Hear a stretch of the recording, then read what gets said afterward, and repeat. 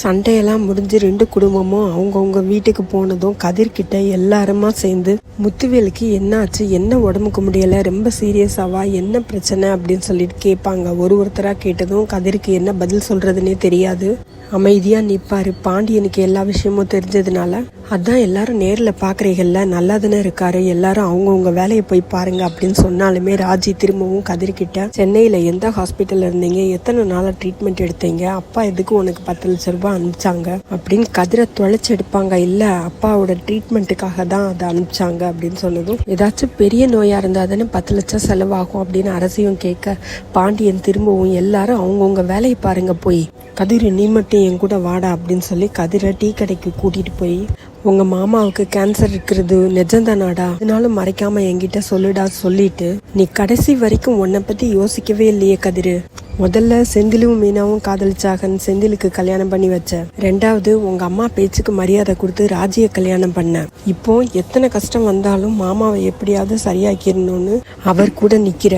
நீ ரொம்ப நல்ல வேண்டாம், உன் மனசு யாருக்குமே வராது அப்படின்னு சொல்லுவாரு. யாருக்குமே வராது அப்படிங்கிறத விட பாண்டியனுக்கு வராதுன்னு சொல்லலாம். பாண்டியன் நல்லவர் இல்லைன்னு சொல்ல வரல, ஆனா கதிர் அளவுக்கு நல்லவர் கிடையாது.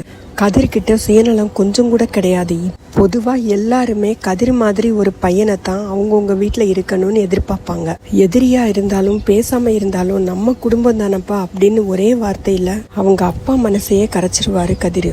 முத்துவேல் வீட்லயும் சக்திவேலும் குமாரும் துருவி ஏன் பெரியப்பா கதிரை கூட்டிட்டு போனீங்க, எங்களை கூட்டிட்டு போயிருக்கலாம்ல, அந்த பில்லெல்லாம் கொடுங்க, நாம ஒரு நல்ல டாக்டர் கிட்ட 2வது ஒப்பீனியன் வாங்கலான்னு கேட்க, இல்ல பில்லு எல்லாமே கதிர்கிட்ட இருக்கு அப்படின்னு சொல்லி சண்டை போட்டுக்கிட்டே இருந்ததுனாலதான் சக்தி உன்னை சமாதானப்படுத்த முடியாம அப்படியே அதுலயே கவனமா இருந்துட்டேன், அதனால கதிர்கிட்டயே இருக்கு, அதெல்லாம் நான் பாத்துக்கிறேன், நல்ல ஹாஸ்பிட்டல்ல தான் நாங்க ட்ரீட்மெண்ட் எடுத்தோம்.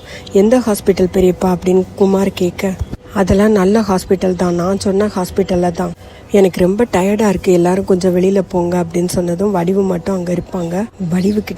வடிவு எனக்கு ஒரு பையன் இல்லை அப்படிங்கிறது பெரிய குறையா இருந்தது, ஆனா அது இப்ப இல்லை, ஏன்னா கதிரி என்னை பெத்த பையன் மாதிரி பாத்துக்கிட்டான். கோமதியும் பாண்டியனும் அவனை அப்படி வளர்த்துருக்காங்க. உண்மையிலேயே ராஜி ரொம்ப அதிர்ஷ்டசாலி. நம்ம வலை போட்டு தேடினாலும் இப்படி ஒரு பையனை கண்டுபிடிக்க முடியாது. வடிவு கிட்ட பேசும்போதே வார்த்தையால கதிரை வருடி தன்னோட பையனாவே தத்தெடுத்துக்கிட்டாரு முத்துவேலு. பாண்டியன் ஸ்டோர்ஸ் குடும்பத்திலேயே இருக்கிறதுலயே ரொம்ப ரொம்ப ரொம்ப பிடிச்ச கேரக்டர் கதிர் தான் அப்படின்னு சொல்றவங்க எல்லாம் மறக்காம ஒரு லைக் கொடுத்துருங்க. அடுத்தடுத்து என்ன ஆகும்னா, ராஜி அவங்க அப்பாவை பாக்குறதுக்காக அவங்க வீட்டுக்கு போவாங்க. அந்த நேரத்துல தான் ராஜியோட அப்பா ராஜிக்கு சேர வேண்டிய சொத்து பத்திரத்தை எல்லாத்தையும் கொடுக்க போறாரு. எதுக்குப்பா இப்ப தேவையில்லாம இதெல்லாம் ஏன்பா கொடுக்குறீங்க அப்படின்னு ராஜியும் கேட்க, அதெல்லாம் ஒண்ணும் இல்ல ராஜி, கதிர் என்ன ரொம்ப நல்லா பாத்துக்கிட்டான், நான் இப்ப ரொம்ப நல்லா இருக்கேன்னா அதுக்கு முழு காரணமும் கதிர் தான், அதுக்கு நான் ஏதாவது செய்யணும்ல.